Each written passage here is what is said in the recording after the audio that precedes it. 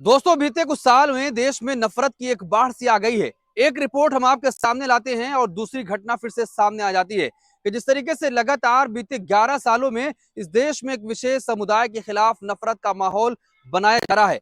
जो जानकारी और जो तमाम ऐसी जानकारियां व्हाट्सएप न्यूज़ के जरिए से लोगों के मनों तक पहुंचाई जा रही थी, आज वो सड़कों पर देखने को मिल रही है।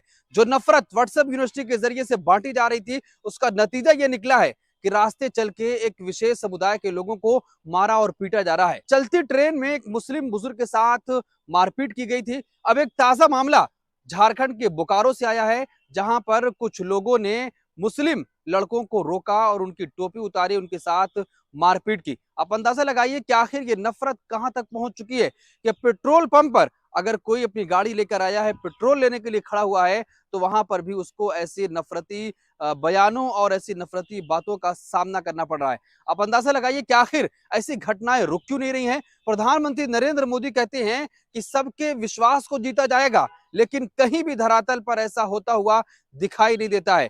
जब सबका डीएनए एक है, तो फिर आखिर एक विशेष समुदाय के लोगों से नफरत क्यों है। आप वीडियो देखिए कि किस तरीके से झारखंड के बोकारो में ये तमाम चीजें की जा रही हैं, लेकिन कोई भी जवाबदेही नहीं है। और दूसरी घटना उत्तर प्रदेश के बनारस से है। होली का त्योहार सामने है। होली का चंदा लेने कुछ लोग आए थे, मुस्लिम व्यक्ति के साथ मारपीट की गई है। आप अंदाजा लगाइए कि उत्तर प्रदेश के मुखिया कहते हैं कि प्रदेश में कानून व्यवस्था चाको चौबंद हो चुकी है, तमाम अपराधी प्रदेश छोड़कर भाग चुके हैं, लेकिन आए दिन ऐसी घटनाएं होती रहती हैं।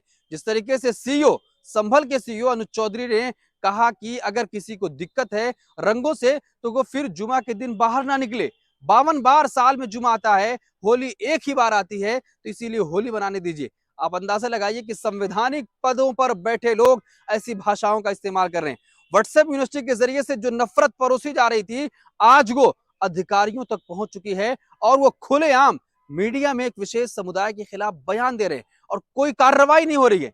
हैरत की बात तो यह है, मुख्यमंत्री योगी आदित्यनाथ ऐसे बयानों का समर्थन कर देते हैं। कहते हैं पहलवान है तो पहलवान जैसी भाषा बोलेगा। आप अंदाजा लगाइए कि जब एक प्रदेश के मुखिया ही ऐसी बातों और ऐसे बयानों का समर्थन करेंगे, तो आप उनसे इंसाफ की उम्मीद कैसे लगा सकते हैं।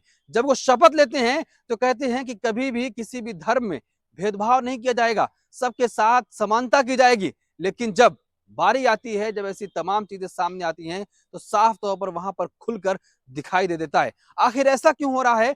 कोई भी जवाबदेही तय क्यों नहीं की जा रही है? प्रधानमंत्री नरेंद्र मोदी, गृह मंत्री अमित शाह और सुप्रीम कोर्ट जिस तरीके से लगातार ये कहा कि हमारे आदेशों के बाद कहीं भी बुलडोजर की कार्रवाई नहीं होनी चाहिए, उसके बावजूद भी कार्रवाई हो रही है। उत्तर प्रदेश के अलग अलग जगहों पर आपको देखने को मिली होगी, लेकिन सुप्रीम कोर्ट उसके बावजूद भी सख्त फैसला क्यों नहीं ले पा रहा है। प्रधानमंत्री नरेंद्र मोदी जो कहते हैं विदेशों में जाकर जब विदेशी मुसलमान यहां पर आता है उसको गले से लगाते हैं, लेकिन देश के मुसलमानों के साथ ऐसा किया जा रहा है। रमजान का पाक महीना चल रहा है और इस पाक महीने में आए दिन ऐसी खबरें आ रही हैं, कभी मध्य प्रदेश, कभी राजस्थान, तो कभी झारखंड, कभी उत्तर प्रदेश। इस तरीके से मध्य प्रदेश में कोर्ट में पेशी के दौरान मुस्लिम लड़कों के साथ वकीलों ने मार की।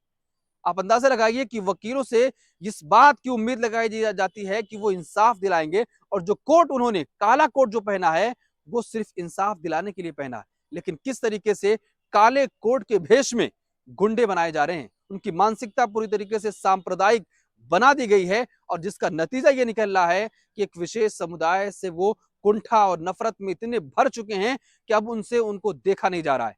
इंसानियत मर चुकी है। सवाल यह है कि आखिर जो ऐसी घटनाओं को होते हुए लोग देखते हैं, तो वो रोक क्यों नहीं पाते हैं, रोकने की कोशिश क्यों नहीं करते हैं। आखिर आप क्या सोचते हैं? आपकी क्या राय? कमेंट बॉक्स अपनी राय जरूर दें।